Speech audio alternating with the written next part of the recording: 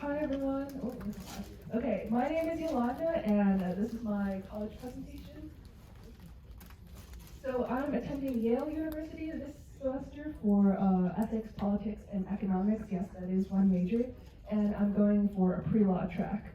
And here's some pretty standard like stats about me. My GPA was a 99 out of 100. This is unweighted. The Williamsville School District does not do weighted averages, so you won't ever see a GPA out of 4.0 or 5.0. And if you go to Williamsville, then your counselor will upload a transcript that just has a GPA out of 100 that is unweighted. And my SAT score was a 1600. I took 14 APs throughout all 4 years of high school. And I also participated in dual enrollment courses, which are courses that you can take for both high school and college credit at the same time. Some of those were the UB Gifted Math Program courses, as well as the Syracuse University Project Advanced courses. I took 2 English courses under that program.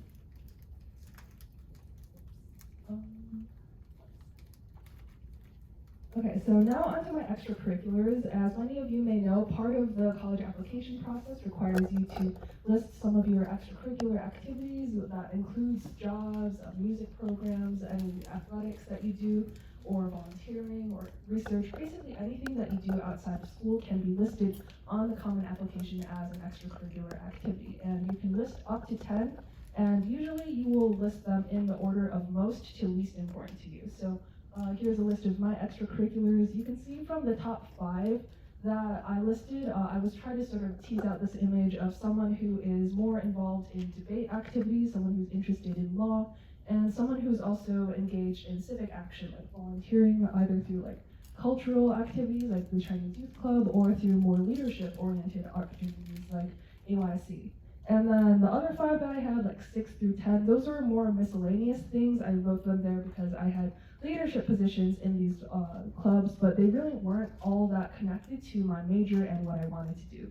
So overall, this list of extracurriculars should give you a takeaway that you don't need to do every single of your 10 extracurriculars as something that is strictly related to what you want to major in. In fact, you can branch out a lot. I branched out pretty much like all throughout 3 to 10, and only 2 of them were strictly debate related and law related. So you don't have to have like every single extracurricular line up with your intended career and educational path.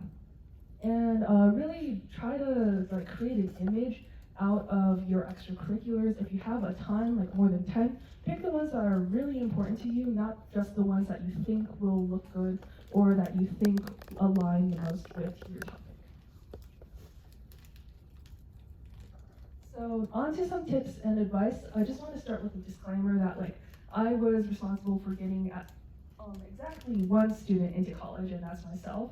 And so I can't speak to any like general trends in like what admissions officers look for specifically, and I also can't say like what is on admissions officers' minds. So all of these tips and tricks will come from a place of my own experience, what sort of worked for me, or what things that I think I should have done if I were to do this process all over again. But you can choose to either accept or reject these tips based on your personal circumstances.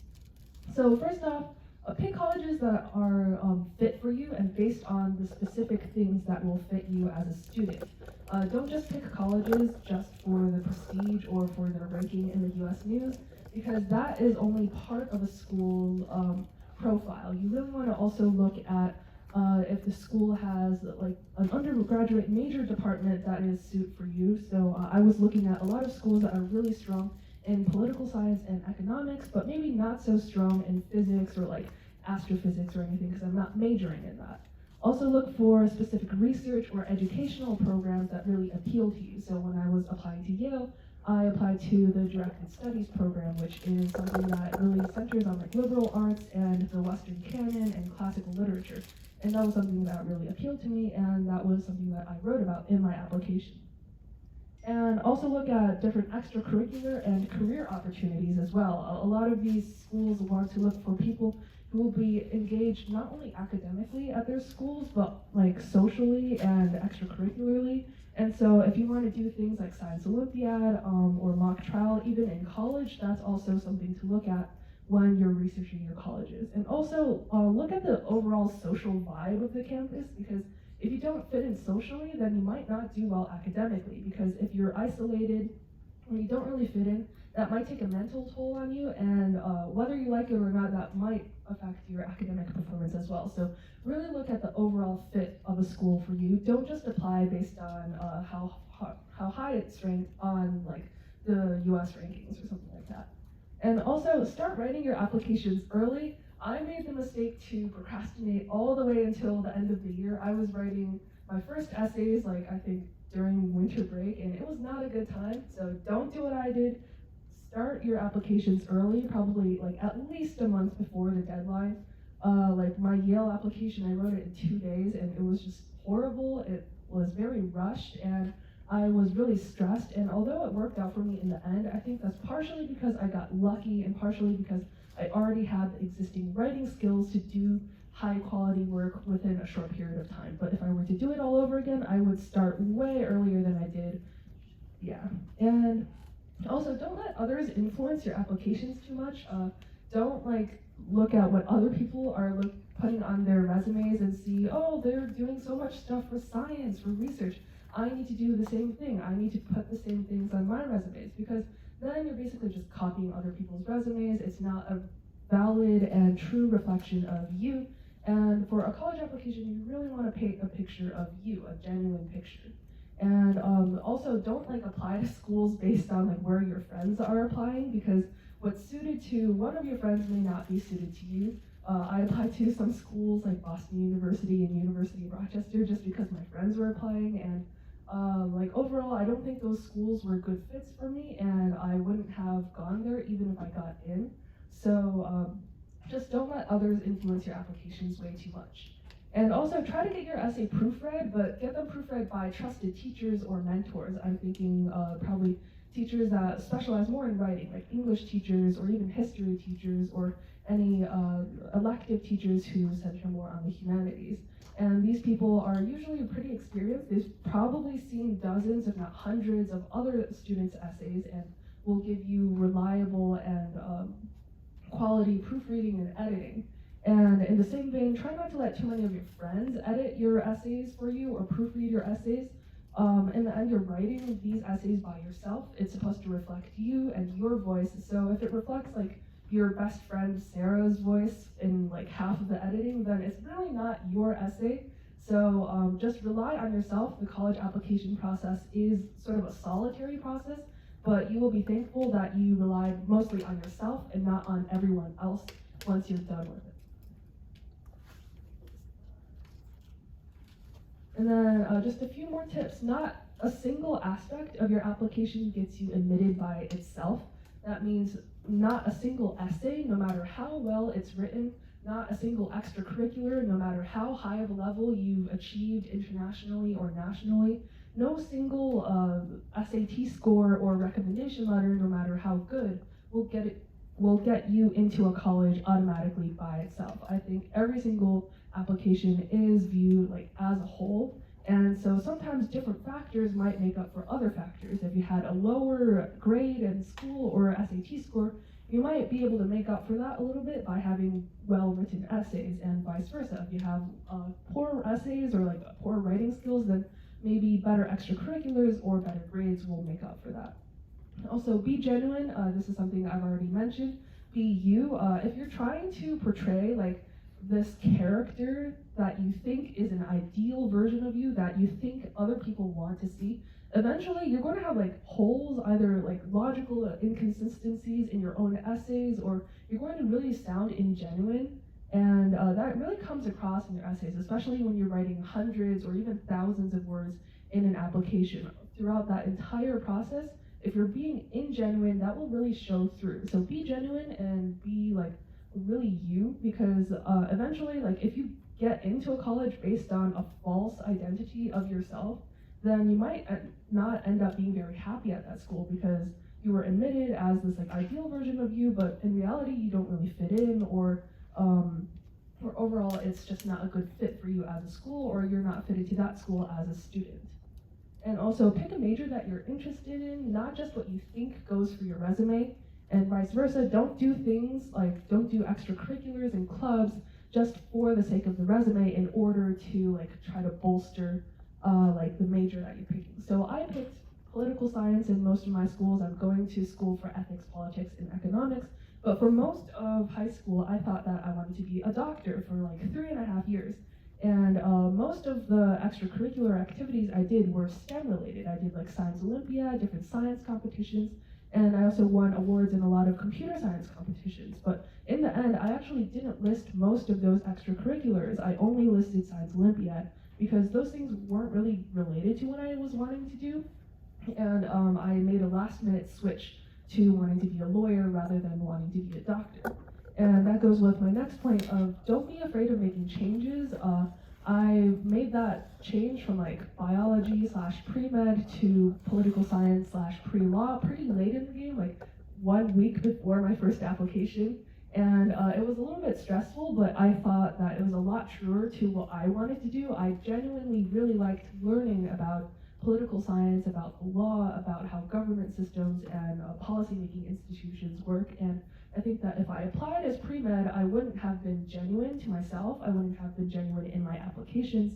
And I don't think I would have been able to write as well in my essays because I really wouldn't have like the passion and the interest to keep me going.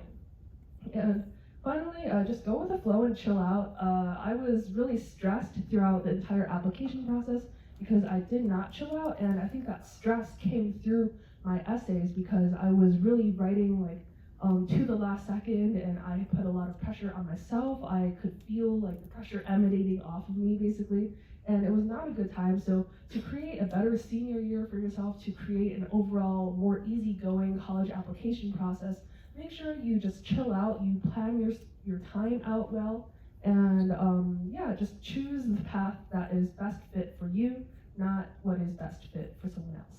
Thank you.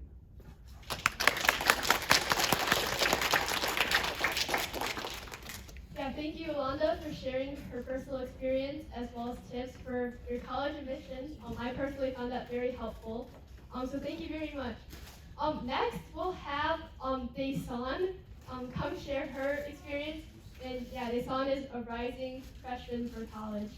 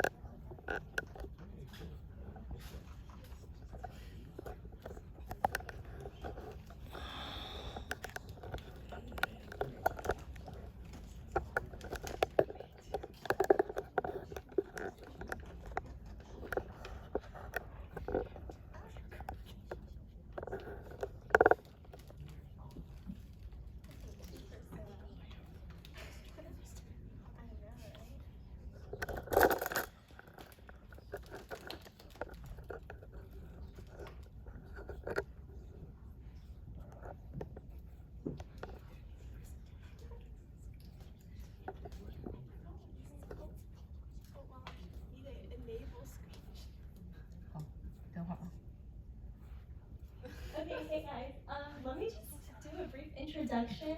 I actually didn't really know exactly what I was supposed to present today, so my presentation is a bit lengthy because I just basically decided to put like all the information into one slideshow. So I will probably skip over a few slides and just kind of go over like the most important information that I think would be like most helpful in the application process.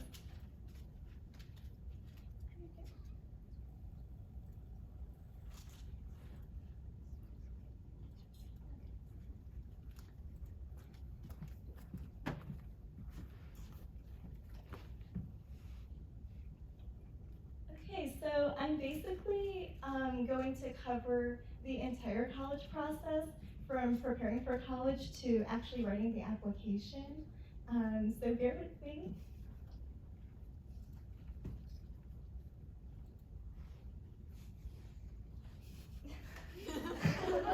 A little bit about me, but I did graduate from Williamsville East High School actually last week, and I'm going to be attending UC Berkeley this fall. Throughout my college application process, I applied on the pre-med track, but like Yolanda, I eventually decided to switch my major to computer science. So that's what I will be studying at UC Berkeley this fall.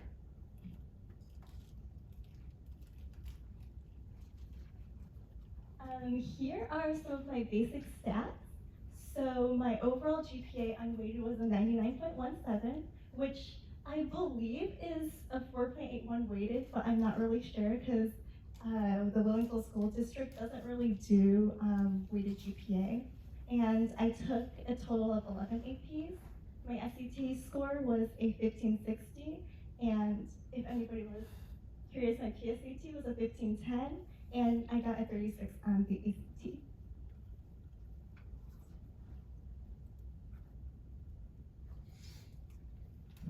Here are a few of my extracurriculars. Personally, I don't think I did anything super special throughout my entire high school career. Some of my main extracurriculars were very centered around volunteering. So I spent a lot of time doing community service. And I also, because I was originally planning on going pre-med, I did dabble in a lot of medical related extracurriculars, including studying public health, because I knew that was kind of what I wanted to do before, and like to study nutrition and preventative health, basically.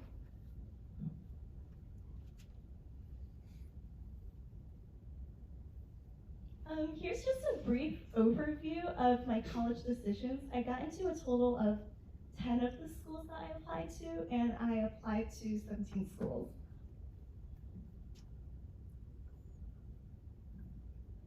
Okay, so now onto like the content. Okay, I would just like to start off with kind of talking about where we're seeing college admissions currently.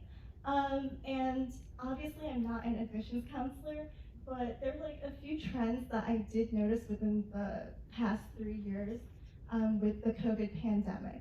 And because of COVID and restrictions regarding that, a lot of schools have dropped the SAT, ACT requirement, as many of you may know. So therefore, within the past years, colleges kind of have shifted their gears from not focusing as much on standardized testing. And because of that also, there has been a drastic drop in acceptance rates because a lot of colleges are receiving a much larger applicant pool than they have from previous years.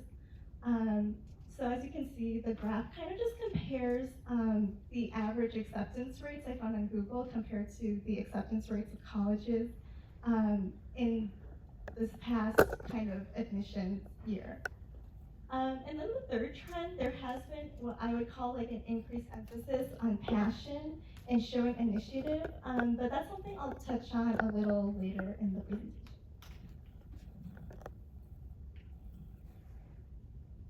Okay, I'm not really going to go too much into this slide, but this is basically just me saying that I do not know what got me into these colleges and what got me rejected from the colleges that I was rejected from. Because holistic review is very much kind of a very luck-based process, because if you kind of take a look at schools in the past year, they're receiving such a large application pool that's nearly impossible for every admissions officer to clearly get a picture of who you are in probably the 2-3 minutes they spend on reading your application. Therefore, I'm just talking from personal experience. I have personally never been in the admissions room where people have made these really big decisions. So I honestly am just talking from what I believe is what got me into these schools and my experience.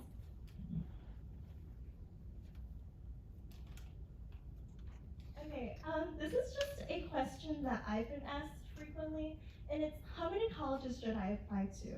I'm personally not going to recommend you a certain number of colleges to apply to because that's ultimately up to you and up to what you can handle in your workload. And I think my biggest piece of advice is not to apply to a college that you actually can't see yourself going to. Only apply to the ones that you're actually interested in. I definitely fell victim to this mistake because looking back at my college list, I probably would have gotten rid of maybe almost a quarter of my schools because those were the schools that either my friends were applying to or that my parents wanted me to apply to. And ultimately, I had no interest in attending any of them, and that really, I think it really reflected in my applications because they just weren't super genuine.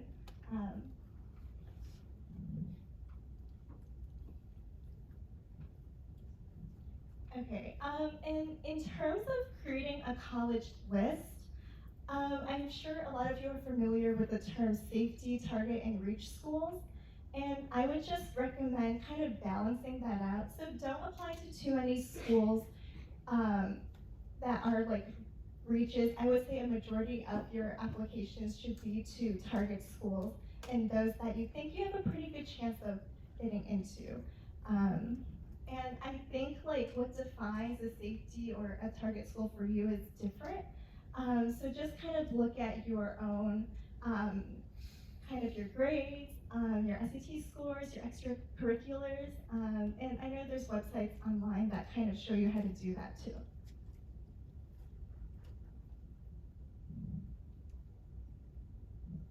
Here are just a few things that I personally considered and that I would really recommend you look into when researching colleges. First and foremost, I think the most important is academic opportunity because at the end of the day, you are going to a university to learn and you're going to a university to find those opportunities in order to further your own career and success as a person. And I would suggest that if you're really interested in a particular field of study and you're sure you want to go there, then really look for schools that are strong in that field of study. They don't have to be strong in much else. Just make sure you're looking for those strong programs. But I know a lot of people, they do switch majors when they go into college. So for me, especially as somebody who did not know what they wanted to do at the beginning of the application process, I would really look for a school that offers academic flexibility, perhaps a school that does not admit by major, so you aren't bound to that major when you initially go in. And I would also look for well-rounded colleges that have good programs in kind of the general area in which you're interested in. Personally, I was either considering doing computer science, data science, statistics, or economics in a sense, and UC Berkeley was really strong in those, which is why I ultimately chose that school. Other things to consider is post-grad outlook. I know a lot of schools, they do offer better job opportunities depending on your major. I would also look at campus culture. Make sure that you can see yourself at that school. And for me, location did play a big factor because I just couldn't see myself really particularly on the East Coast. So that's why I didn't really apply to that many Ivies, and I applied to a lot of schools in California. And last but not least, just student life. And for that, I would really recommend talking to students who go to that school and to see whether they like it and how much time they're spending in their studies, how much time they have out of school, and just a bunch of things like that. Okay, I think Yolanda went over this too, but ranking doesn't really matter at the end. Because ultimately there isn't too much of a difference between the top 30 schools. Ultimately just choose what's best for you because things like majors and extracurriculars, they're really factored into the US News ranking, so I wouldn't really place too much weight on that. Here are just a few ways that you can connect with colleges. I personally didn't find virtual tours or in-person tours super helpful because they were pretty generic. In-person tours I mostly used to kind of decide what school I ultimately wanted to go to, not the schools that I wanted to apply to. I actually just found like the two on the right most helpful, just watching videos of people who actually attend those schools, as well as talking to students and seeing whether they had any advice for applications. Okay, here's kind of what, now jumping into extracurriculars. This is by no means my own idea, but I've heard what people would call curating a trident, because schools nowadays really are not looking for well-rounded students, nor are they looking for, I guess, people who are just like good at one thing, because on either end of the spectrum, you risk either having a pretty generic application, because if you're doing volunteering and you're doing internships and you're doing all of these things just because other people are doing them, chances are you're gonna have the similar application to basically everybody applying to that school. And that's not really gonna make you stand out in the least bit when admissions officers are flipping through your application. So I would really recommend just really focusing on a few things that you're interested in and kind of further developing those and participating in activities that you're interested in those areas. So for example, I really liked community service, and I also was really interested in public health and kind of the intermingling of health and statistics. So I made sure to focus on those. I volunteered at a lot of organizations. I also volunteered at a mental health organization to kind of tie in that health aspect of things. And then I also participated in a few statistics projects throughout my years in high school.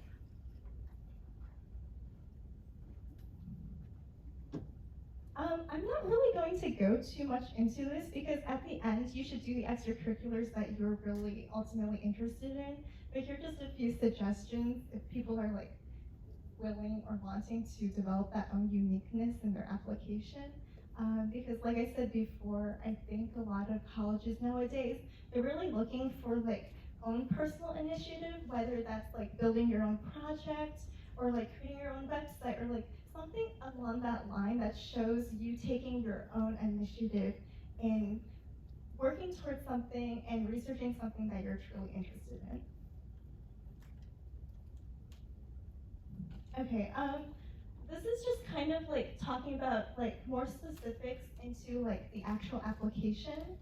So here's the recommended timeline I would take from junior to senior year. I definitely recommend starting early because I personally also rushed my applications. It wasn't like a month before the deadline or anything, but like I definitely wish that I spent more time refining my essays and making them sound more me, because at the end with that kind of rushed deadline, I was like cramming to write words on a piece of paper, and it just like didn't really express what I wanted to say.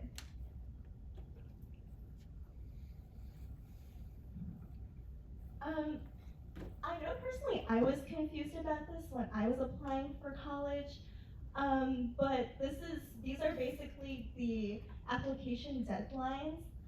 You have a choice of applying early decision, early action, restricted early action, or regular decision to schools. And of course, not all schools offer the same deadlines. For example, I know Harvard and some like really top schools like that, they only offer restricted early action, while some other schools offer early decision, like Cornell. I would recommend applying early decision or restricted early action if you really want to get into one school and like it's your top choice school. And other than that, I would recommend applying early action to like a bunch of schools if you don't have that top school, just to kind of maximize your chances. But ultimately, just do what you think is best for you. Oh, this is also something I was wondering, applying to college. But just for clarification, you can apply to different majors between colleges. So for example, I would apply to maybe neuroscience for one college, and then I applied to public health for another, and biostatistics for a different college. And also be careful because not every college admits by major. In fact, a lot of colleges I applied to did not. So I just kind of randomly chose a major, and I definitely would not recommend doing that looking back. But just choose a major that you're interested in, and if they do admit by major, make sure you check the major's acceptance rate, as well as, I guess, the prestige of that major. And also check university guidelines on switching majors, if that's something you think you might do.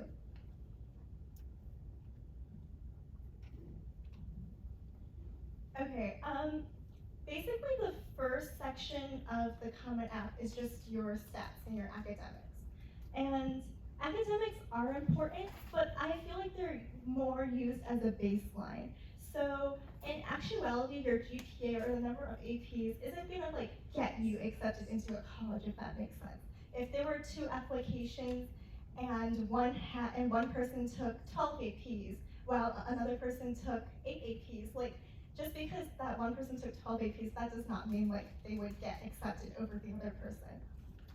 So in choosing APs, I would just kind of recommend first choosing APs that you're actually interested in. For example, I really wanted to take AP psychology because I kind of was just interested in like how the mind works and just the inner workings of like communication and stuff. So I took that.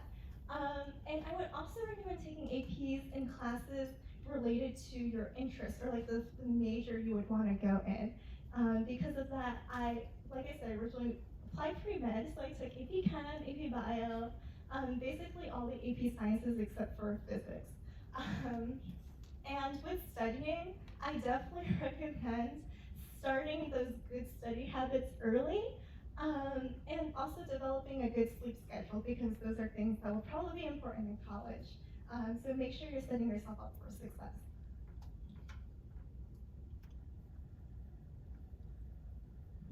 I don't really have much to say on the PSAT, SAT, or ACT.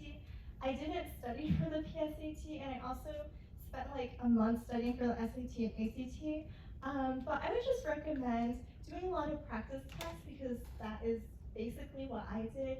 And make sure you're actively reviewing the questions that you missed, because that's the only way that you can kind of make sure you avoid those mistakes in the future. And here are just a few resources that I recommend for if you do need help on the SATs. I don't think you really need a tutor. I didn't think it was super necessary because I think the online resources really prepare you well for the test.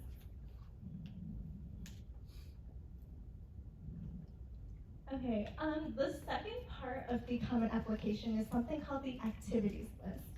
This is different from the UC application because I know for the UC application we had 20 spaces to fill in activities and awards. For the Common App, you only have 10 activities you can fill out. So basically, I would suggest using action impact-oriented descriptions. You only have 150 characters to use to describe what you did. So I would be really careful in choosing your extracurriculars. Make sure that they reflect what you want them to reflect, and hopefully they reflect leadership, either commitment, or they can also reflect passion. Make sure that you use numbers and strong verbs to kind of get across the point, and use the present tense as much as possible to show that you're like actively involved in the activity. Okay, and here's, I think, the most intimidating part of the application, I think, is the essays. And really, essays are just a chance for you to kind of further develop that question of who are you and how will you contribute to that college. Here's just a few pieces of advice. I'm not going to go through all of them, but I would really caution you to not let too many people read your essays. Make sure that the people reading your essays are people you know well and people who know you well. So I know I had friends who let a lot of teachers read over their essays, and at the end, it just was like, it turned into a very generic essay, and all of that editing kind of stripped the essay of personality, and that's not really what I would suggest doing when writing your essays. I would make sure you sound authentic, be yourself, but also present yourself well. I know like there's a lot of talk about like presenting like a perfectly imperfect personality. I wouldn't really worry too much about that. Just make sure you are getting your point across. Like I said before, start early, and I would recommend actually using a spreadsheet to plan out all of the prompts you have for each college, just because a lot of prompts may actually repeat, so you can recycle your essays, which saves a lot of time. Optional supplements are not optional. Usually if a school has an optional supplement, the people who are admitted to that school, I find always complete the optional supplement. That's all I'm gonna say. And last but not least, kind of goes with being yourself, but don't write about what you think you should write about. Write about like what you're truly passionate about, because at the end that passion shines through. I know I had a friend who wrote about like starting a meme club at their school, and that got them admitted to the school that they applied to with that essay. I wrote about clothes for one of my essays, and I ultimately got admitted to that school. And I know a person who got admitted to Yale by writing about going out with friends and eating pancakes. So it's basically about how you kind of use these small moments to capture who you are, not really about like the content of the activity in that essay, more about how you write about it, if you know what I mean. These I'm not going to go too much into, but here are just some general tips for the other components, which are like letters of recommendation, an interview, or financial aid. I would just these aren't super important. I mean, they are pretty important, kind of as like a defining factor, but here are just some quick tips about that. But for time, I'm just gonna skip over this slide. Okay, and now for my own personal advice. Here are just some of my tips. I would first and foremost think of applying to college as kind of your first step, like a pre-college prep towards that independence.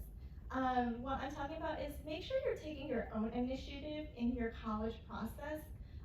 You should be the one researching your own schools, and it really shouldn't be your parents taking like the driver's seat in this. You are ultimately in charge of the applications, and make sure you do that, because in college there's nobody who's going to be holding your hands throughout the entire way. So you really have to just be proactive while you're applying. Secondly, I already talked about this, but just make sure you know your study techniques. I talked to previous college students before, and they found it super beneficial that you study effectively in high school, because that sets you up for college, where the courses are going to be, from what I heard, way harder. And third, this is just a personal tip, but I would really suggest reading outside of school. For me, a lot of what I learned wasn't even from school, but from reading itself. And the act of reading, I feel like, will better prepare you for kind of the tasks that you'll be expected of in college, where you do have to do a lot of reading and a lot of remembering, more so than you have in high school. Fourth, this is just something I wish I knew, but quitting isn't necessarily a bad thing. I know there's this thing where like people start an extracurricular, but then they never quit it because they think like that'll show that you're like uncommitted, and like it'll provide a very lackluster application.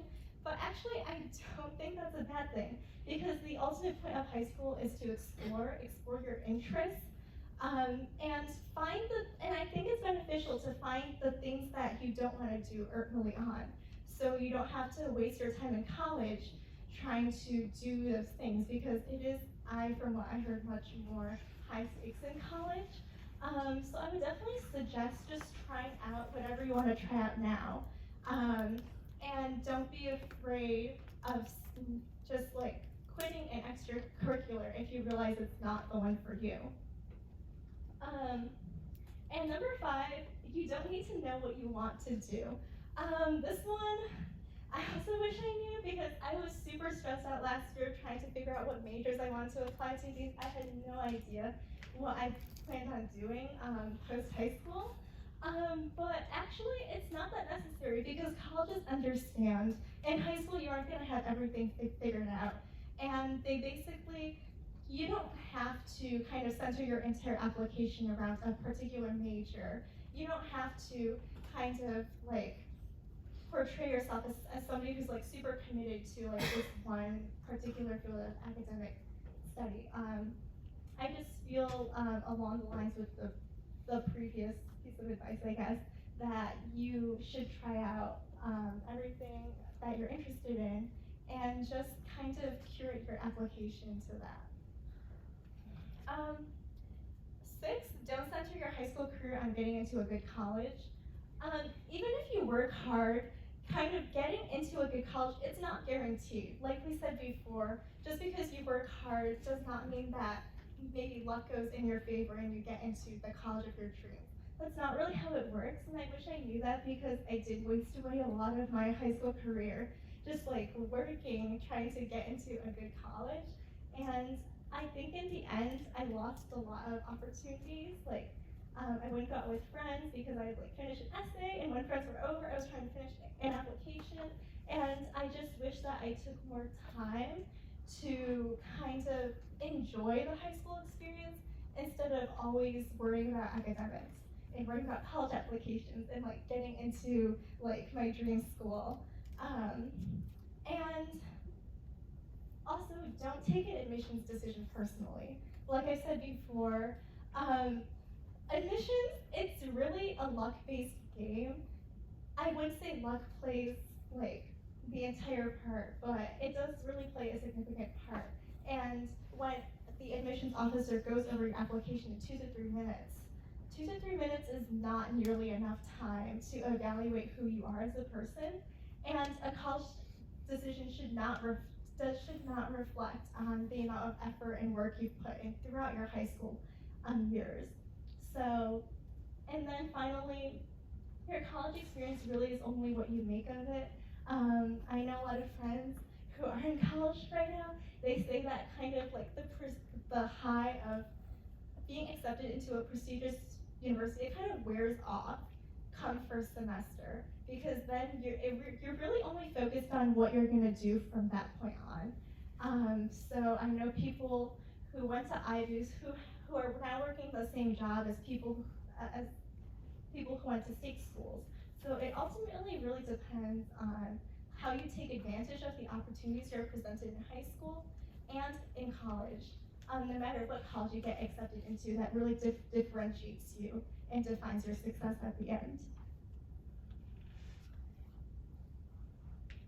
And last but not least, before I end the presentation, just remember that you've got this and everything will happen the way it's supposed to. I know I was super stressed this time last year. I was also forced to attend the college talk at CYC last year too. So it really is a rewarding process, and I know a lot of people say that like that ultimate college decision makes it all worth it, and it really does.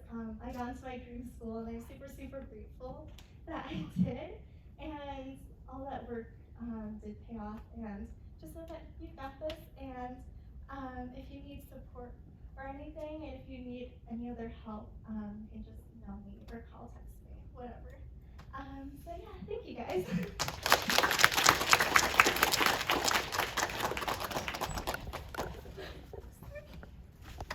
Yeah, so that was definitely a lot to take in, and I know Desan covered a broad range of topics.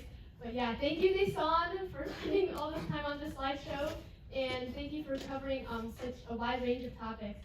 So yeah, we'll now welcome our third speaker, who's also an incoming freshman.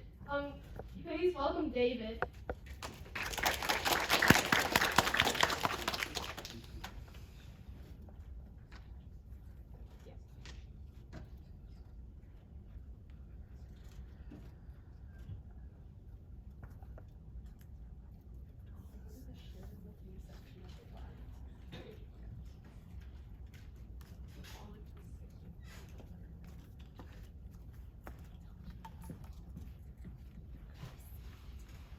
Great. Hi everyone, my name is David Sue, and this is my presentation. So just with my basic information, I went to Williamsville North, same as Yolanda, and I had a 98.58 GPA that was unweighted, and my SAT was a 1570. I took 14 AP courses throughout my high school career. I was in UB Math, I was a National Merit Scholarship finalist, and I will be attending Duke University. So with my extracurriculars, I think the number one thing I did was basketball. I played basketball all 4 years through high school, and my senior year in varsity, I was co-captain. And then I'm a big musician. Ever since I was in elementary school, I've been doing violin and piano, and for violin, I was the school ECMEA and NISMA Zone concertmasters, and I also made it into the New York Conference All-State Orchestra. For piano, I won lots of competitions, local, regional, and then a couple international ones. And then I also did Science Olympiad. I was co-captain, and I received state medals. And student council vice president and class treasurer. I did a lot of leadership positions all through high school since my freshman year. And for student council and class treasurer, I really helped out with kind of general events in the grade and events in school, like homecoming, dances, and fundraisers, and lots of things like that. And I was also president of Chemistry Honor Society, where we did tutoring through Zoom, and it was actually a club me and a friend started up. We decided to use Zoom during the pandemic for online tutoring purposes. I'm president of the North Symphonic Orchestra, vice president of the Spartan Math and Science Development Program, which is kind of this tutoring program where we, in the library, every day we have available study sessions and a room just to help kids with homework or any questions. And then I also did volunteering with Amherst Yes. So my advice with essays is to start early. I actually think I started at a very good point. I started about around now, July, in my junior year. And I found that starting early really gave me a chance to kind of make revisions and really think about my essay. One interesting thing is that my Common App, the final version that I stuck with was actually version 17. And so what's interesting, I actually switched the topics 4 times, and then versions like 10 through 17 were different revisions with like, I changed like the narrative and then grammar and stuff like that. So about the personal statement, definitely be unique and make it personal. I feel like lots of people might try to make like the perfect essay. They might think that they need to sound a certain way, or they need to portray a certain type of person to be, I guess, extra special or unique. But I feel that everyone has different experiences. Like in high school, you do different classes, you have different interests, different hobbies, and your backgrounds are all different. So if you really be specific and be genuine, I think what you write about will be unique if it's interesting to you and you're passionate about it. Next, the why us, the why college essay. So these are, in addition to the personal statement, many colleges have supplemental essays about why do you want to go to this college. And these are often kind of trivial. You might be thinking, oh, like, I just want to go here because like it's like good ranked, or like it's good for my major, or I'm really into the campus. But colleges want to see kind of a more nuanced view. So do like research in classes you're interested in, or certain clubs that they offer, or maybe look into certain undergraduate programs and research programs that they have that are kind of unique. And this will let the college know that you've done your research and that you're passionate about that college and that you really want to go there. So, final tips, back to essays. They don't have to be perfect. An interesting story, I actually just talked about this with Yolanda, but last year I took AP Language, and our AP Language teacher said that she once had this student that was a very good student. She had good grades, and then she had good extracurriculars, and she wanted to portray this kind of very passionate person about science. The girl wanted to go into science. And in her personal statement, she talked about while in class, she had to pee. And she actually held her pee for the entire class to listen to the lecture, and that was supposed to demonstrate to admissions officers that she was passionate about science. So be realistic, don't be too eccentric, don't be too weird. Just be genuine, be personal. Did she get accepted? She did not. She did not get accepted. Yeah. So.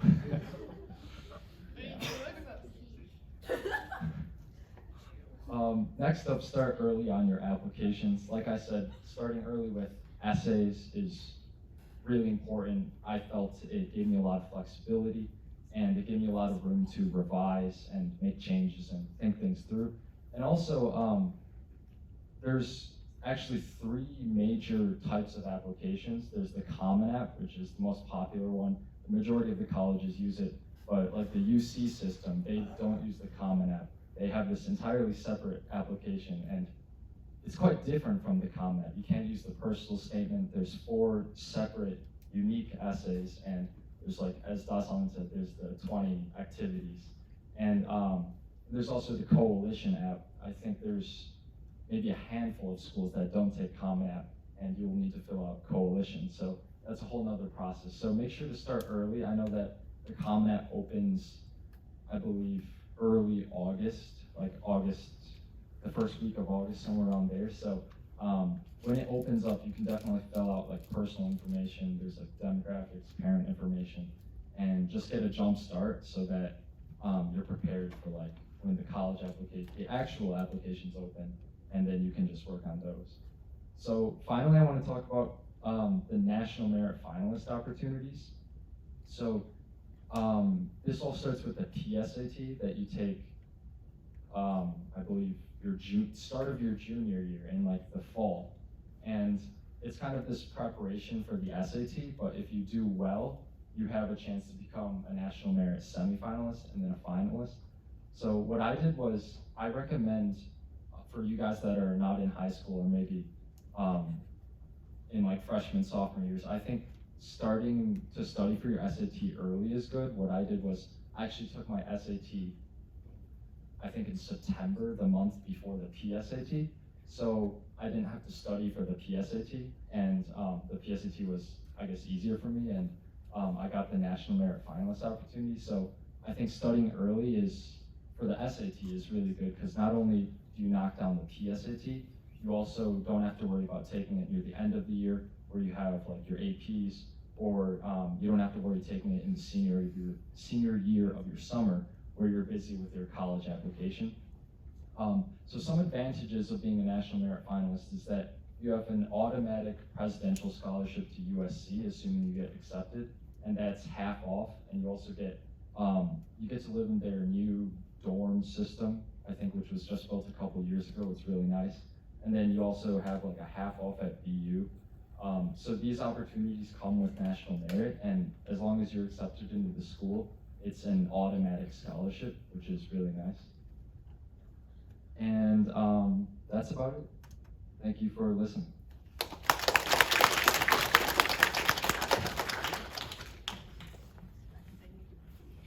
Yeah, so thank you, David, for sharing about his experience and giving his tips. Okay, our next speaker will be Alex, who actually is a rising sophomore in college. So please give it up for Alex.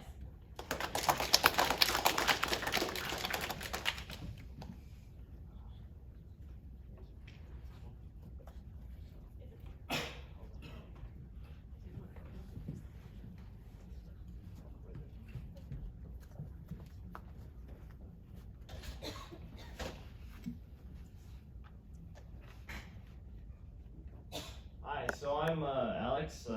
This year I'm attending Cornell University. Next year I'll be a sophomore. And so all this application stuff has been about a year old, but a lot of this stuff, just as the previous speakers have spoke about, so I'll just touch on some stuff that maybe I think there's more to say.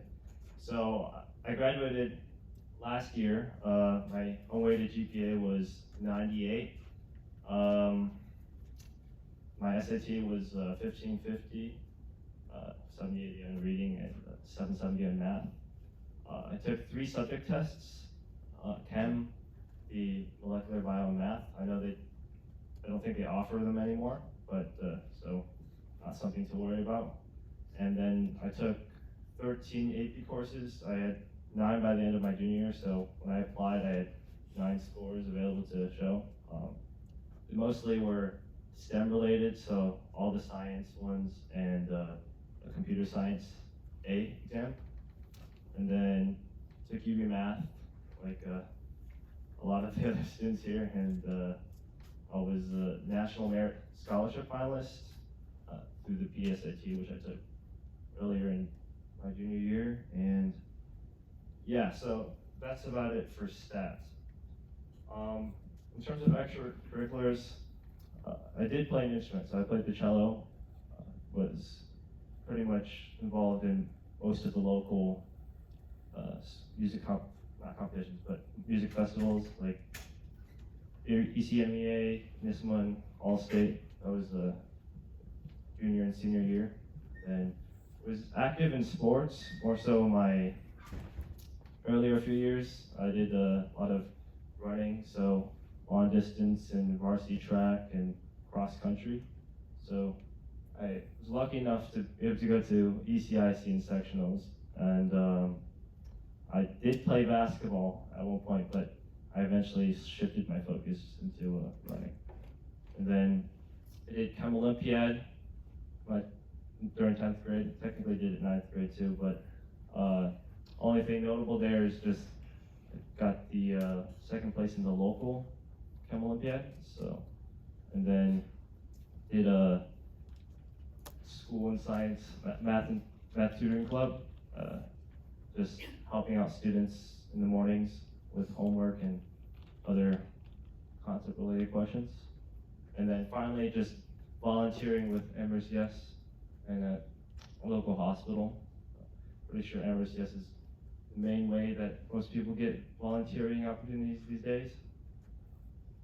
And so what I really wanted to talk about was more so my perspective on essays. If you are, a rising senior, you should probably consider starting your essays now. I did start them a little late, as a lot of other students did. But in terms of some big points, I would say, aside from the thing about choosing something, kind of unique to you, because everything that you can think of has practically already been written about. So you want to choose something that's some type of personal experience and try to express your personality. The way I approached it was I took a few kind of important experiences that I thought I could write about, and I kind of just wrote kind of a few different essays on completely different topics. That way you can kind of get fresh new ideas, because you really want this essay to be your best essay that you've written during your high school career. So you want to make sure that you can, take advantage of all the ideas that you can possibly have. And so I ended up writing about math and kind of how I started to love it. I forgot to mention, I'm a CS and math major, so that's partly the reason why I talked about math. And in terms of making sure that you perfect your essay, you should probably consult with teachers in terms of grammar, but you should probably talk to your parents like a decent bit, because they're also pretty familiar with your life experiences, so they can kind of add in maybe some stuff you haven't remembered, or just some other things that they think might be important. In terms of supplemental essays, you should always try to be as specific as possible. So since I was planning to major in computer science, I made sure to look into some things that Cornell was doing with computers, just some current research, and then maybe some classes that I was interested in. This way that they know that you actually kind of did your research into the college and you're actually interested in applying. And then, yeah, that's pretty much it for essays. Final remarks, make sure that you play to your strengths. Like previous speakers have spoken about, don't try to kind of make up a phony story, because a lot of holes will come out of that, and it's pretty easy to see if you're if you're genuinely passionate about something or not. Yeah, make sure you're aware of your deadlines. UC system, I know, has their deadlines kind of early, like in November. I almost missed that because I was not aware of that. And then I know if you want to apply to overseas, some of those end maybe in September or something. So you got to be really careful about that. And finally, even if you don't get into dream college, there are plenty of more opportunities. Personal experience from my first year, it's pretty much how much work you do in college. So college will definitely open up more opportunities to you, but at the end of the day, you got to do all the work, and you have to, make sure that you're going in the direction that you want. So, yeah, that's pretty much all I have to say. Thank you.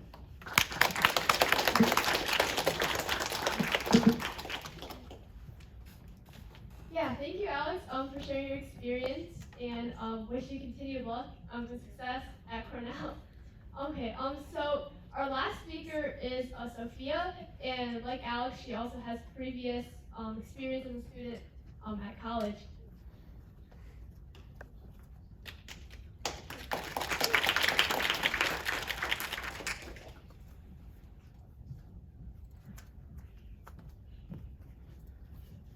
All right, so who wants to win some money? I figure since everyone was talking about their college experience, and I just graduated college, and to be very honest, I kind of blocked out a lot of college apps in that part of my life. So we'll focus more on scholarships and also what college is actually about.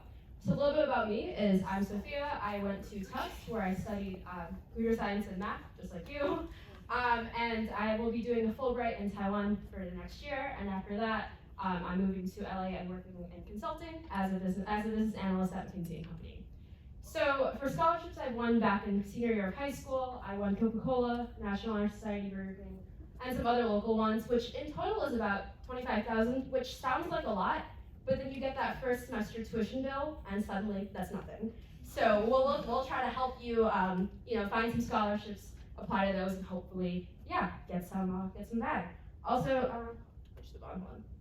So to give you guys a brief overview of what scholarships are, essentially it's free money. So a lot of different organizations, government, etc., will basically sponsor a lot of opportunity for you to apply to these scholarships, and again, get some free money for funding. You're funding your college experience.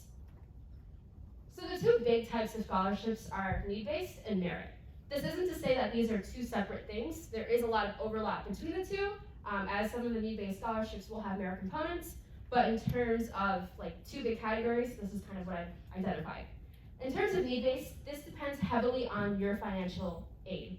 So a lot of scholarships that will be need-based tend to cater more towards first-generation and low-income students, which means that they'll ask you for financial statements, so either tax documents and work documents, all of that, to kind of make sure that you are in this category. One way to tell if you're eligible for some of these need-based scholarships is to look at your FAFSA's EFC, the expected financial contribution. If it's under a certain amount, if it meets that certain level, you're able to apply to some of these scholarships. If it doesn't, you're not eligible. Similarly, there's a similar factor in the Pell Grant status. If you're eligible for a Pell Grant, you are eligible for a lot of these need-based scholarships. One last thing about need-based scholarships is that your college will offer you a grant, but this kind of let me rephrase that. For need-based scholarships, it's kind of covered by college, your actual university, but there are a lot of outside organizations that offer need-based scholarships as well. So these scholarships, again, are geared towards FGLI, first generation low income students. In terms of merit, this means this category of scholarships doesn't really depend on your income level. Instead, it kind of caters more towards achievement. So types of merit include things like academic, athletic, and volunteer community service. There's many, many, many other categories like music, arts, all of that. And all of these merit organizations are basically companies or private organizations that will offer funding for students. Here, these scholarships, since they are privately funded, will have its own selection criteria, which is one big thing to keep in mind when you are actually looking to apply to these scholarships. In terms of merit scholarships, there's two very, very big categories, local and national. At the national level, a lot of like big companies, Coca-Cola, Burger King, will offer scholarships oftentimes with a large amounts of money. So Coca-Cola, for instance, is $20,000. Burger King, there's like different tiers. There's like $1,000, there's like $50,000. Reagan Scholars are also around $10,000. So at the national level, the funding amounts tend to be very, very high, but these national level scholarships are very, very competitive. For instance, Coca-Cola, only 150 students out of an applicant pool of 100,000 students win. Similarly, Reagan Scholars has well over 10,000 applicants, but only 10 people win. So the nice thing about national is that they have the large funding amounts, but unfortunately the competition is very, very high, so these are kind of like a crapshoot in a lot of ways. At the local level, basically a lot of different organizations, especially around the Buffalo area, will offer scholarships. These amounts tend to be much lower, maybe like 100 or 500, but since they're not as well known, they're a lot easier, or your chances of getting these scholarships are much higher.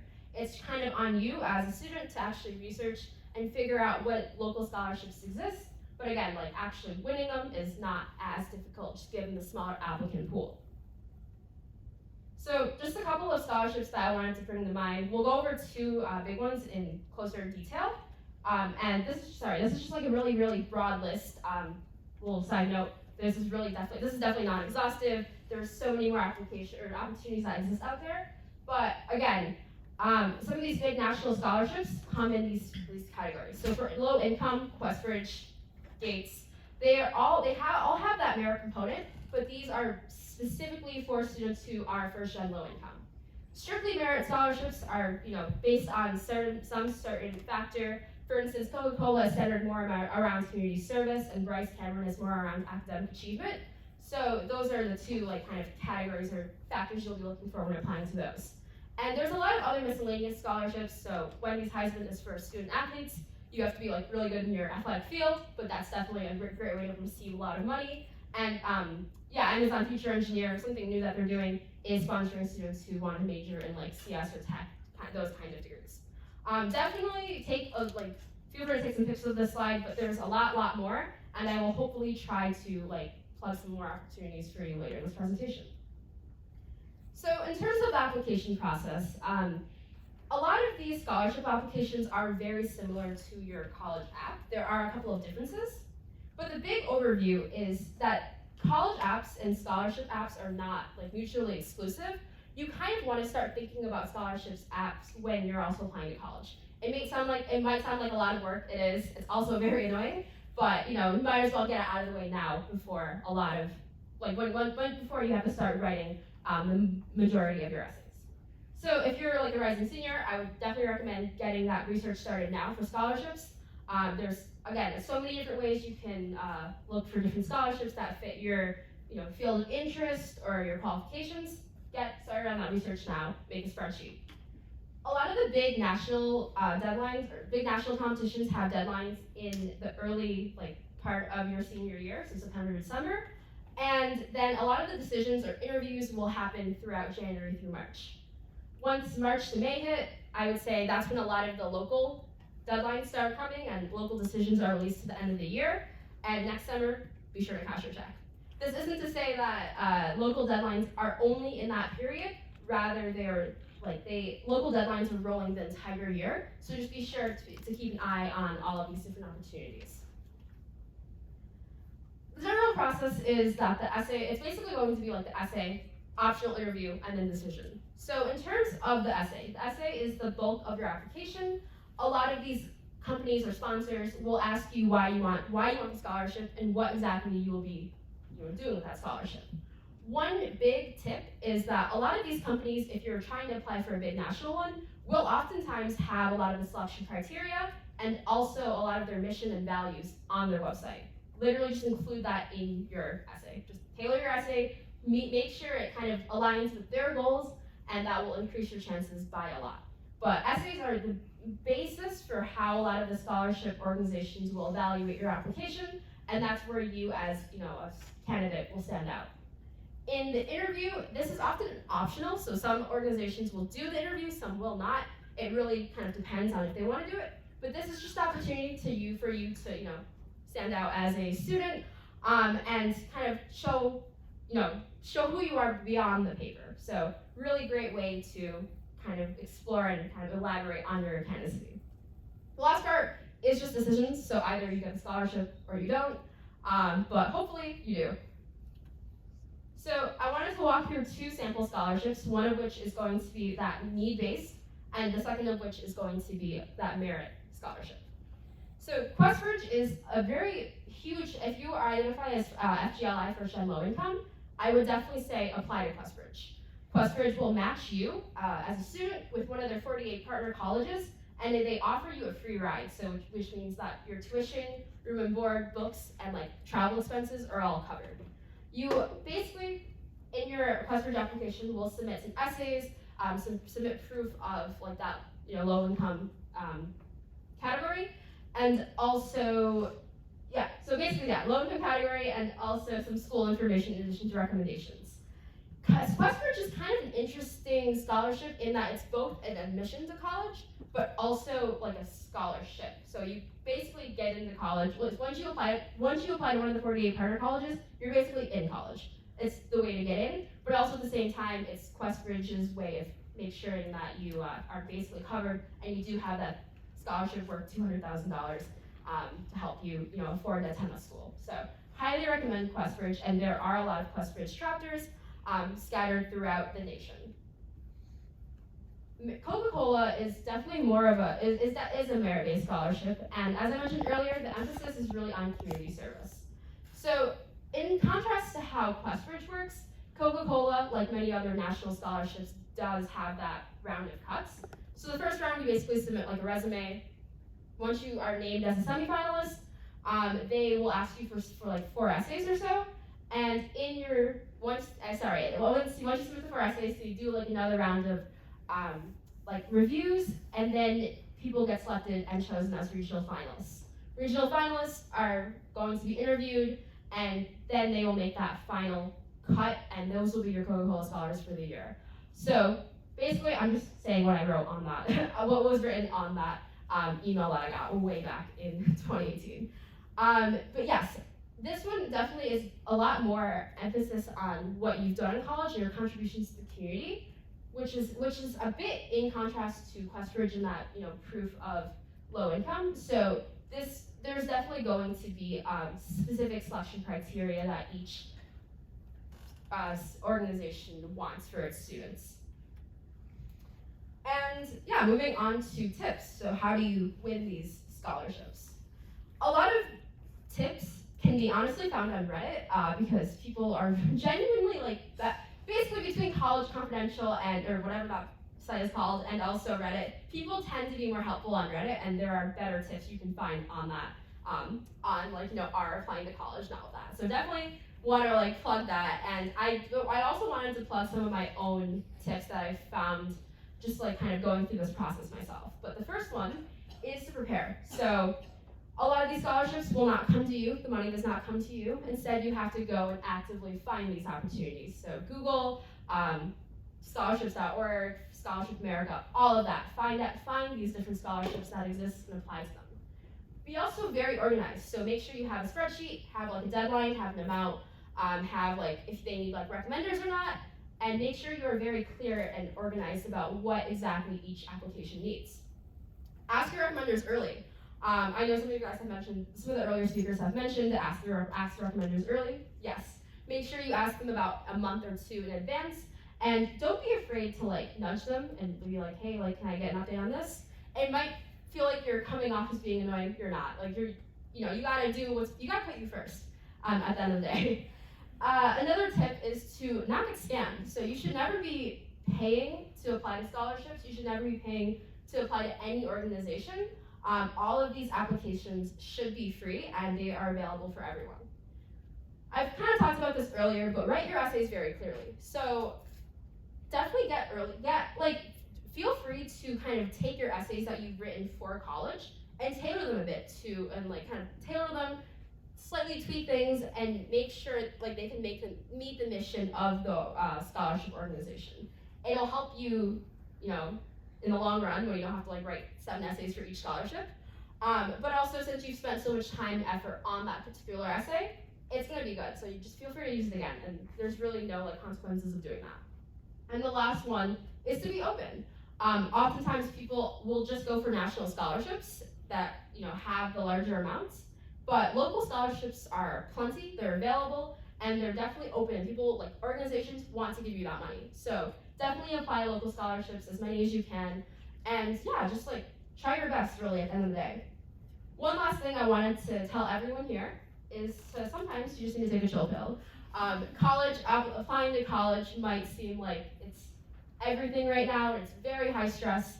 And college might seem like the goal, but college at the end of the day is not the end all be all. You are right now a teen. It's your only teen years. Kind of go have fun, go be yourself. And college at the end of the day is not the end all be all. So you only live once, right? So yeah. And that's it. I will, you can actually email me, or I have my LinkedIn. I forgot to mention this earlier. This is really slow. If you want to add me on LinkedIn, I respond to messages faster that way. So that QR code is right there. Other than that, that's it.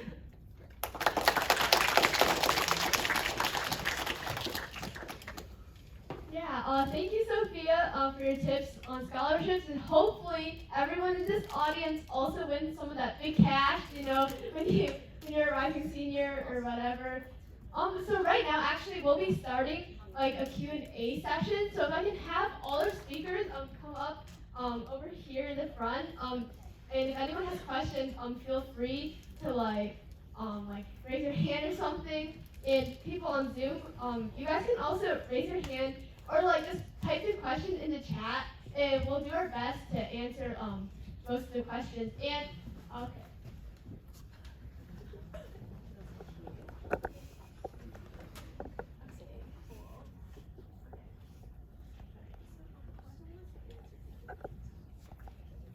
okay, all right. Okay, yeah, sure. You can answer. Do colleges really look at your region scores? Okay, so the question was, do colleges look at your region scores? And it's a very definite no. Okay. All right. Okay. Yeah. Sure. Johnson, you can go. Alright, this is a very general question. It's really light, but for everyone, what was an essay prompt that you guys had the most fun writing, or something that really stood out to you, or you guys really enjoyed in general? Okay. So the question was what essay prompt did the speakers find the most enjoyable to write about? Oh, okay. I had this one essay prompt for USC, and it was super generic, and it was tell us something unique about yourself. And I wrote about Google Maps, because I really like to travel, and I used to be obsessed, weirdly obsessed with Google Maps. So I kind of shaped that into how I would like to explore in college and stuff like that. And I ended up being accepted. So yeah. My prompt wasn't actually that fun. It was just something that gives you inspiration. What is one thing that inspires you?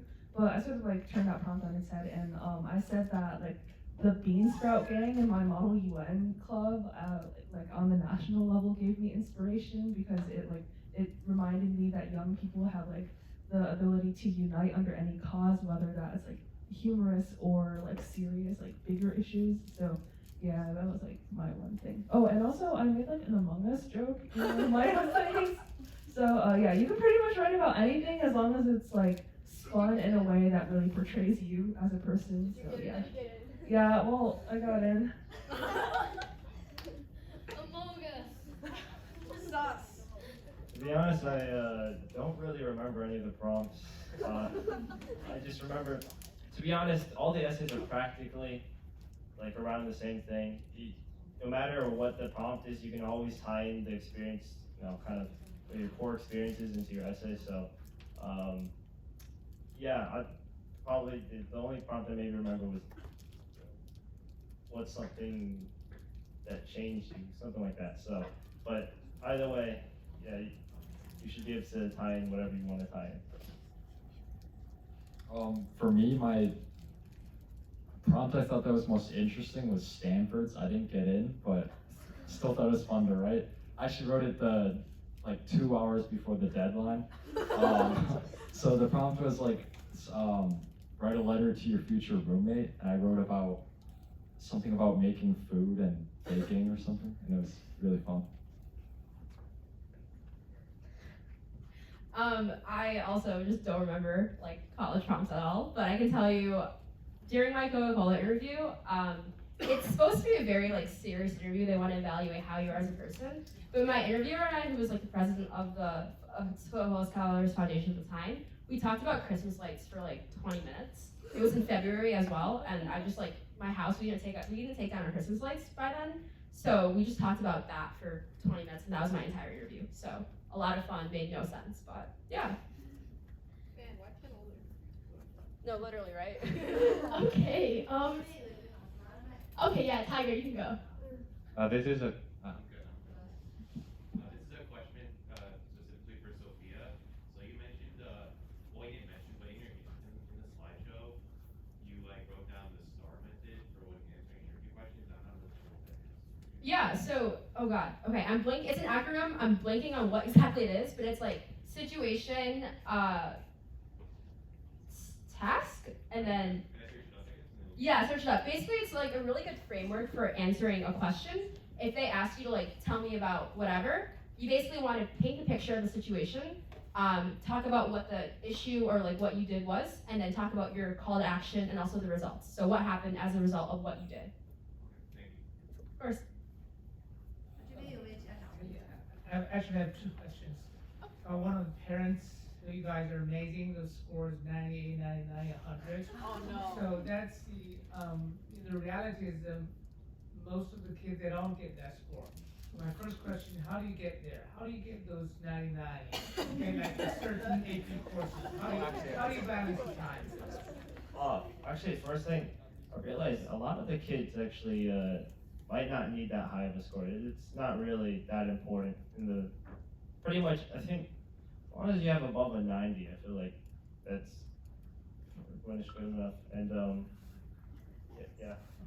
So another thing about scores is like Williamsville, and I think a lot of more other places with class rank gone.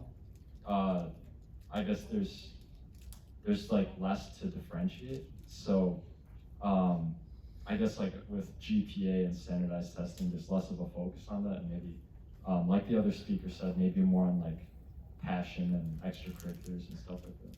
Essays, yeah. What was your other question? Yeah, the second question is that when you have like 10 admissions or whatever those things, and Sophia made a good point about the scholarship, and how do you discuss with your parents the tuition, and how do you make the final decision? Does the tuition make a difference, or those kind of things, scholarship, and how big is the role of the tuition or scholarship? Yeah, so I would definitely say, as I said earlier, college is not the end all be all. There's more to life other than college, and sometimes making that sacrifice of maybe like choosing a tuition or school that is more affordable for you is definitely going to be, I would say, the best thing you can do. It's not, in my opinion, since, actually, let me try to like think this out a bit. I don't want to like say stuff. But I would definitely say sometimes that conversation can be very uncomfortable. I think if you do have that financial privilege of being able to pay for tuition out of pocket, that would be your best bet. But oftentimes that is not the case. Colleges are becoming more and more, not affordable. So I would say scholarships are a good way to look for ways to kind of alleviate that. But if that still can't cut it, you're not going to miss out by not going to a so-called prestigious school.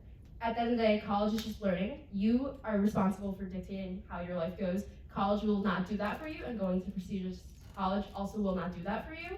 So it kind of just, at the end of the day, boils down to what will be the best outcome and best choice for you and your family.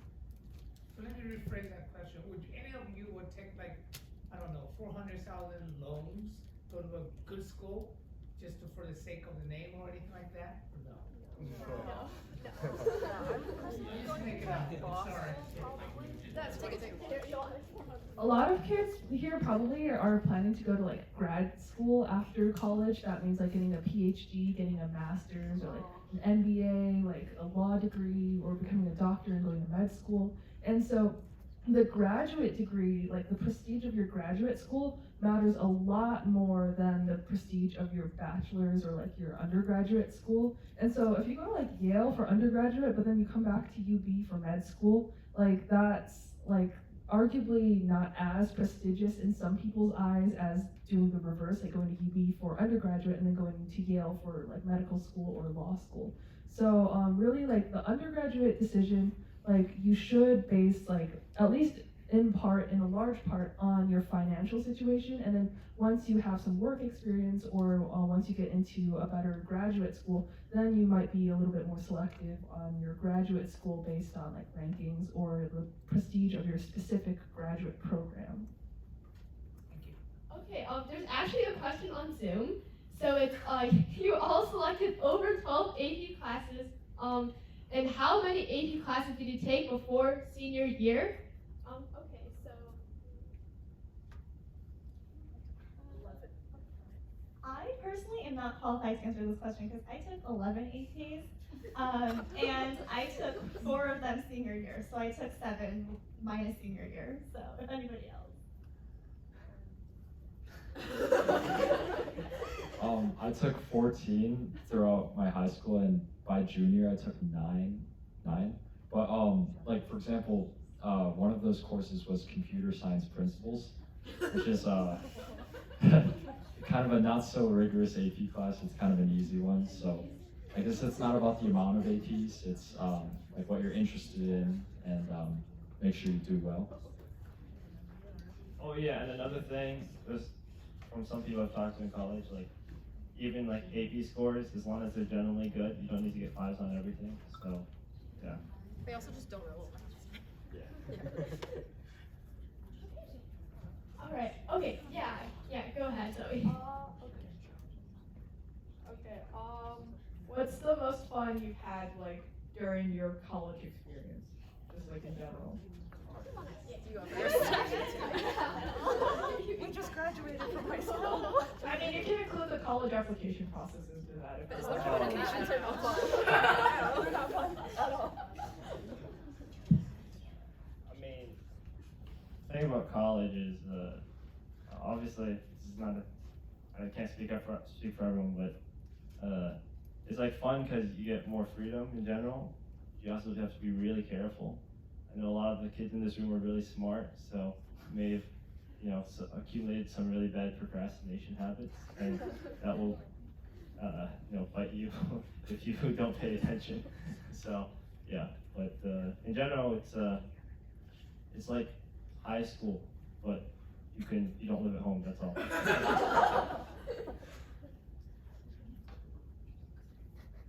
Oh, okay. Yeah. Go ahead. Yeah, the question is, and of all the universities you applied to, how many acceptances you received? What the related question is that, is it possible that you get accepted to a high-ranking university while rejected by a university which is ranked lower than that? Okay. So for everyone on Zoom, the question was is it possible that you were accepted to a top tier college, but also rejected from schools that can be considered in a lower tier? And how many acceptances? Oh, in how many acceptances each speaker had? Okay. So I personally got accepted to 10 of the 17 schools I applied to. I believe I got waitlisted to 5 and rejected by 2. And absolutely yes, you can get rejected by every single school except for maybe the one Ivy you applied to. In fact, that happened to maybe 5 people I knew. So it's kind of just goes to show that admissions really is fairly unpredictable, even if you have those grades, even if you have those extracurriculars.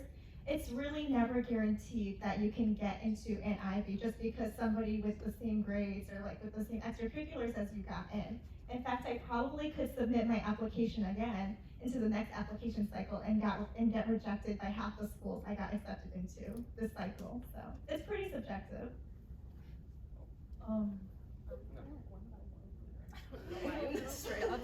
I actually don't remember how many I got into. I'm sorry, but I think it was around 8 or 9.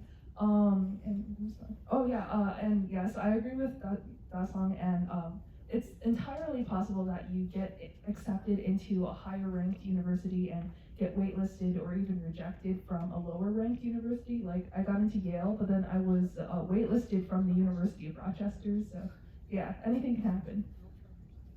Oh yeah, and one thing to keep in mind, the reason why some colleges may reject you is because they just don't think you're gonna go. So if you're applying with really good stats to somewhere, and they don't want to over accept too many people, so that's often what happens.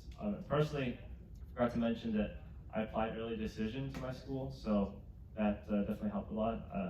Technically, I only ended up receiving decisions from 2 schools because I had to rescind all my applications, but yeah, so I got accepted to 2 colleges, and I applied to technically more, but you should also make sure that in terms of target and reach schools, that you be realistic. I mean, if you want to apply to reach schools, make sure you apply to a lot of them, because that increases your chance, but also if you apply early decision, for example, or early action to maybe somewhere in between a target and reach, you probably get a better chance at getting there. I applied to 17 and I got into 9 or 10, and I got into Duke, but then got rejected at Michigan. And like Alex said about how some schools they kind of reject you if they don't see you going to that school. I initially got waitlisted through Michigan's EA program, and then I didn't send a letter of continued interest, or I didn't really follow up, so kind of makes sense why they reject me. But it's very possible for schools to reject you for non-academic reasons, I guess. Yeah, I also just straight up don't remember. But one thing I will say is that colleges are trying to maximize the yield. So if they admit let's say 100 applicants and 90 go, they want to keep that percentage 90% as high as possible. So sometimes, as everyone just said, if you are too overqualified or you don't you just wouldn't seem like the typical student at that school, they will just reject you on the basis of that, even though you might be just qualified. Okay, yeah, Via, you can go. Hi, I have a question about the ED. So how do you choose your ED, and can you tell me your ED choice? Okay, so I think everyone will have to answer this question again. But yeah, for people on Zoom, the question was how did you choose your ED, and what ED did they end up choosing? Okay, so for me, I actually almost did not ED to any school. In fact, the school I ended up restricted. So I technically ED to Harvard, which is yeah. So actually, Harvard offers only restricted early action, and that's different from ED in that if you get accepted into that school, you are not obligated to go. But of course, it's Harvard, so in terms of regarding how to choose an ED school, I would say definitely if you have that one school that you really want to go to, it's your top school, it's your dream school, then that's the school you should ED to. Because ultimately ED is a binding agreement, so usually under most circumstances, if you get accepted, you will have to go to that school. In other cases, if you don't really have that dream school, then I would actually recommend early actioning to a bunch of different places in colleges that you're interested, because I know a lot more colleges also offer early action, because with early decision, you can't early action to other private schools, if that makes sense. So yeah. I flipped a coin. No, I'm just kidding. But I was originally planning to apply to Cornell, but I'm very lucky to have very close relationships to a lot of my teachers, specifically my English teacher, my AP World teacher, and my AP Gov teacher, and they were all really encouraging me to like shoot for like a higher ranked Ivy. And so in the end, I was between Yale and Princeton because they both offered a very highly ranked, very strong political science or like public policy programs. And in the end, I chose Yale because Yale also has a corresponding law school while Princeton does not. Oh, I'm gonna add in something. Don't waste I know they've been saying like maybe if you want a dream school, you want an ED. Don't waste it on MIT or something like that, because they have like only so many spots, and pretty much every single gold medalist math competition winner is going there. So you have no way to compete unless you have something like that. So if you're not sure about something and you're pretty confident about going to college, I would say just ED to that as long as it's not like totally out of reach. And also in terms of like fit and stuff, for some reason I don't think anyone really, like, people feel like fit's a big problem, but once you live there for like a year, you pretty much fit anyway. So at the end of the day, most of the colleges are pretty much the same. So if you, yeah. So interestingly, Duke was my first choice, but I didn't think I could get into Duke. So I actually applied early decision to Brown, but then I like Brown because of they had like an open curriculum and a lot of flexibility. But then I didn't get into Brown, and then I got into Duke, so it worked out. Yeah. I think I ED'd to Penn, like management and tech, but like looking back in retrospect, I'm really glad I didn't go. Nor did I'm really glad I also got rejected, because I think that having like that, like Penn wasn't my dream school, but I think I was drawn more towards M&T program. But I think like culture-wise and like location-wise, I just really wasn't a big fan, and that was definitely like a good thing and a bad thing, but I think it really showed me the value in like actually applying to schools that I was completely interested in, not just for like one little reason or the other. Oh, thank you very much. Actually, ED and the EA, did you choose EA, and what is your acceptance rate? How many EA schools? Okay, so the question is how like what was their EA choice and like their acceptance rate is what I heard. Is that the question? Yes. Okay, all right. So actually many of the speakers actually didn't choose EA. Oh, actually David. Okay, David. So what's cool about EA is that you can ED to a school, and then you can EA to certain public schools. Like I played EA to Michigan and also UNC Chapel Hill. And I got into UNC Chapel Hill, but didn't get into Michigan. Yeah. Oh, okay, yeah, go ahead, Erica. So I had a question. It was, I'm only in middle school, but I was wondering if I could like write something for the prompt just for practice or something. Drawing really might put on a lot of stress on me, and I think that might be a bad idea because I'm gonna procrastinate a lot. But is it a good idea or not?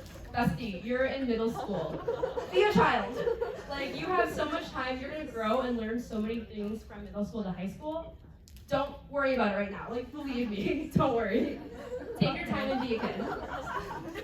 What grade are you in? 5th grade. Oh, 5th grade.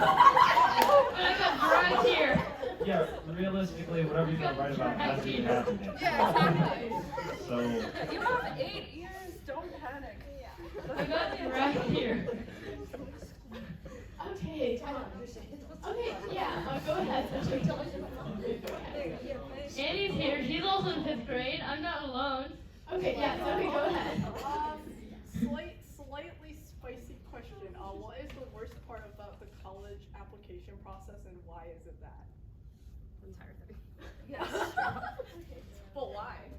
Okay, so what is the worst part of the college admissions process or application process? Be brutally honest. Alright, so brutally honest answer, like the why us questions that are like, you have to research about the school, you have to like find things interesting, you have to make yourself look really interested, but like, brutally honest, like the why us, you're just like, oh, I just want to go get in, but like, you can't say that, so, I guess, yeah. Actually, I thought the why us were the easiest essays because I just had like a formula. I was like looking for one research program, one club, and then like one professor I wanted to like take a class under.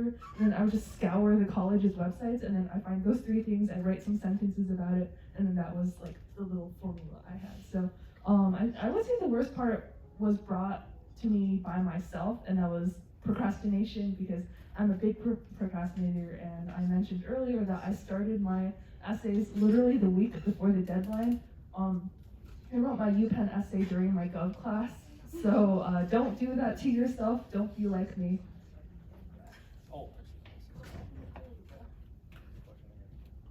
Worst part of college.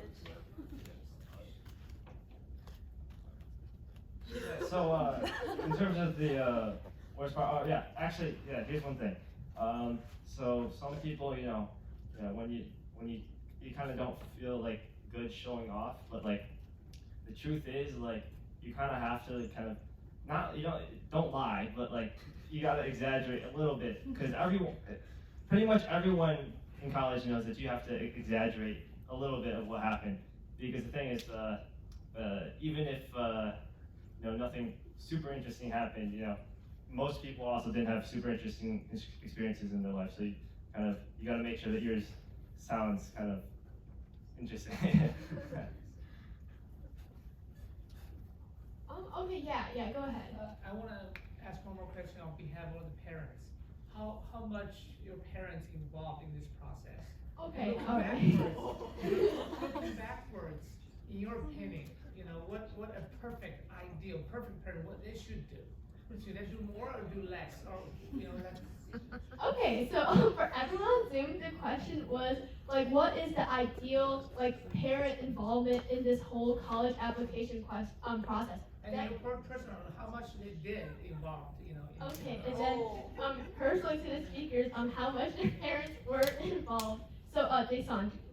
Oh, sure. Okay, so for the entire application process, I would say that I wrote everything pretty independently, like even with financial aid, like I did most of the application myself and just like sent the rest of the emails to my parents. So in that sense, my parents were pretty hands-off throughout the entire application process. However, at the beginning, my dad was really, really pushy about the colleges I should apply to and like what I should apply to in the college. And that's something I definitely don't recommend parents do. I really just hope that parents can ultimately be supportive because first of all, it's a huge feat in and of itself that you're applying to college. And it's a lot of pressure doing all of these applications on top of school, extracurriculars, and it can get a lot. So I feel like the best you can do is to be supportive. Tell them you're proud of them, you're proud of the work. It's really not asking for much. Yeah, but just like, I wouldn't be the type of parent who would like make the child's entire college list and like determine their major and schedule all of the like tours and like all of that stuff because that at the end is what your child's supposed to do. Like I said, I would view the application process as like your child's first step towards independence. So if you're doing all of that for them now, then like think about how they're gonna be in college. It's just like, just be supportive, and I think that's all like anybody can ask for. I was also pretty lucky to have parents that supported me, and also my parents did not really care where I ended up. I remember my dad said to me, like, even if you go to UB, as long as you get a lot of scholarship money, you'll be fine. So yeah, I was really lucky in that aspect that my parents were completely hands-off about the college process. I don't think my parents have ever seen a single word of my college applications, and I think it should stay that way. I think that should be the case for most people. Maybe like if you're close to your parents, you can get them to proofread it if they're good at English, but otherwise they were really hands-off about the process. And also, my mom actually didn't want me to apply to Yale because she thought the application would be too stressful. So I think the ideal parent role is, like something that like this song described, someone who's supportive, really allows the child to have the freedom to choose where they want to apply, where they want to finally go, well, without being like really pushy about it. Because if you push your child to be like a certain person or to apply to the schools that they don't want to go to, then chances are their applications aren't going to be that good for those schools anyways, and they probably won't really want to go to those schools even if they get in. So please don't be pushy, please be supportive of your children, and yeah. Yeah, so pretty much the big thing that my parents did for me there was just kind of proofreading my main Common App essay, because kind of there's the one that's used for all the colleges, and yeah, that was just making sure that, you know, just providing some insight on the experiences that I had, because I've been lucky to be pretty close with my parents, so that's about it though. So Yeah, I also I'd like to thank my parents. With my college list and my essays, I kind of just did it all on my own, and my parents never said anything about it, but I did show them my essays to read them, and they were supportive, and they actually said, they actually never said any like bad comment, maybe, because like, you know, being Chinese parents, not the best English, so every version they said, oh great, but even when some versions weren't the best, but I'm thankful they were supportive.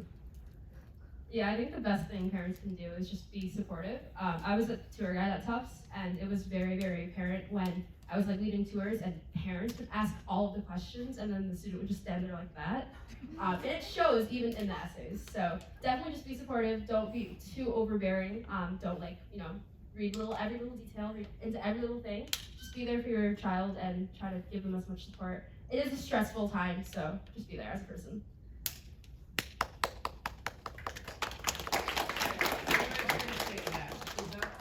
Most of the parents were first-time parents too. It's the first time to kind of go through the process with their kids for the first time, and that's very important. I don't know for other parents, for me, it's very important. 你已经做得很好了，你陪儿子一起来听讲座，然后问问题，我觉得已经做得非常好，对不对？ Okay, yeah. Any other last questions? Oh, okay, yeah. Go ahead, Grace. I have two. First one is, what are your recommended clubs to join in high school? Because Eileen keeps on talking about this FBL. Business Leaders of America, don't join unless you want to be a business leader. Okay, yeah. So the question was, what are some recommended clubs to join in high school?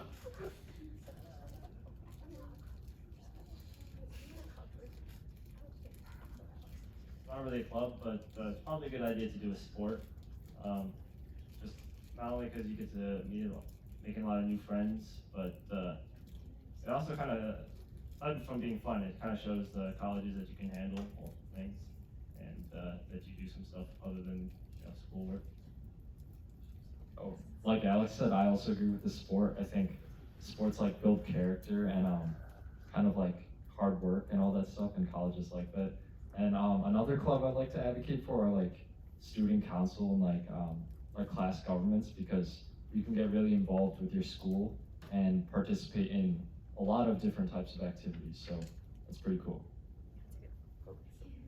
I think there's no perfect formula or anything. I think high school is a good time to try out your different interests. If you are interested in one club, try it out. Another club, try it out. But then pick a club or two and try to go deep in that. Go over leadership positions and try to show some sustained involvement in the club.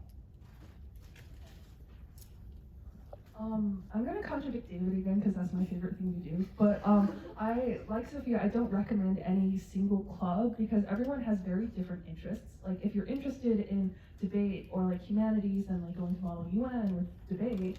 And if you're interested in science, maybe do chemistry Olympiad or science Olympiad. But there's not one single club that everyone should be involved in.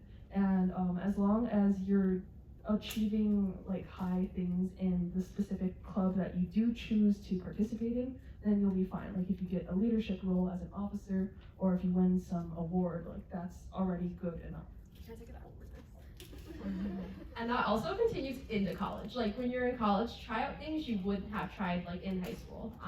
There's really just like, use it as a time of personal growth and development. Like for me personally, I had no idea what consulting or like management consulting was.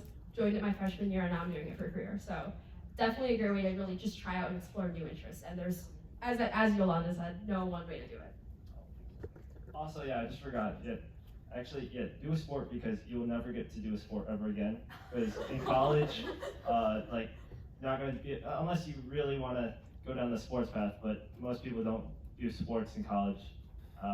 And like, you could do a club, but you never really get kind of like the same team competitiveness that is kind of like really fun that you get in high school. So don't miss out on that experience. Alright, yeah, thank you everyone once again for your support and your participation in our annual CYC College Night. And a big thank you to all of our speakers up here, and I wish all of them success in college and for you at McKinsey. And yeah, thank you once again to everyone, and thank you everyone in participating on Zoom. And actually, on behalf of everyone, I would like to give like a token of our appreciation to everyone. So here, everyone.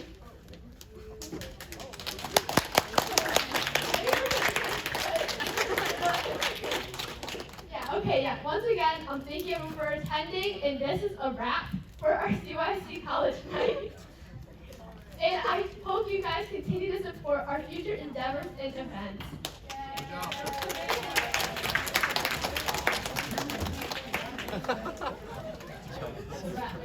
job.